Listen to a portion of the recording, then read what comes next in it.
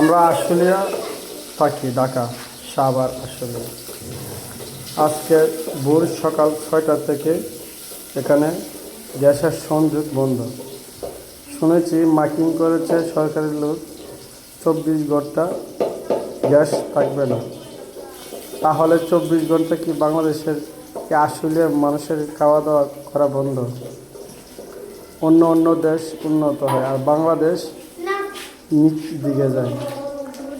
বাংলাদেশ এক এক সরকার আসে, এক এক সরকারের দোষ দেয়। যে সরকার ক্ষমতা আসে সে বলে দেশের অনেক উন্নয়ন করেছে, আর যে চলে যায় তাকে চোর বলা হয়। কিন্তু আমি দেখতে পারলাম প্র্যাকটিক্যাল, আমাদের দেশে যে সরকারে আসে সে শুধু নিজের পকেট এবং বিদেশের টাকা পাচার করার জন্য সব ধরনের ব্যবস্থা চালিয়ে যায়। হয়তো সংসদে একদিন থাকুক কিংবা 20 বছর থাকে, তারা কখনো ভুলে যায় না ক্ষমতা মানুষের চিরস্থায়ী না।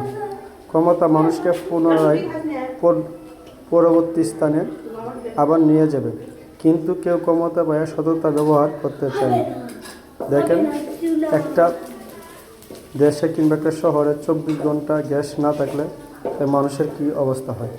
আর তেলের কথাতে বলাই যায় না, তেলের পাম্পে গিয়ে যে সিরিয়াল 2-3 কিলোমিটার সিরিয়াল থেকে আবার সংসদে শুধু উন্নয়নের কথাই চলে। কোন উন্নয়ন যে দেশ যাচ্ছে আল্লাহ জানে একমাত্র। কোন উন্নয়ন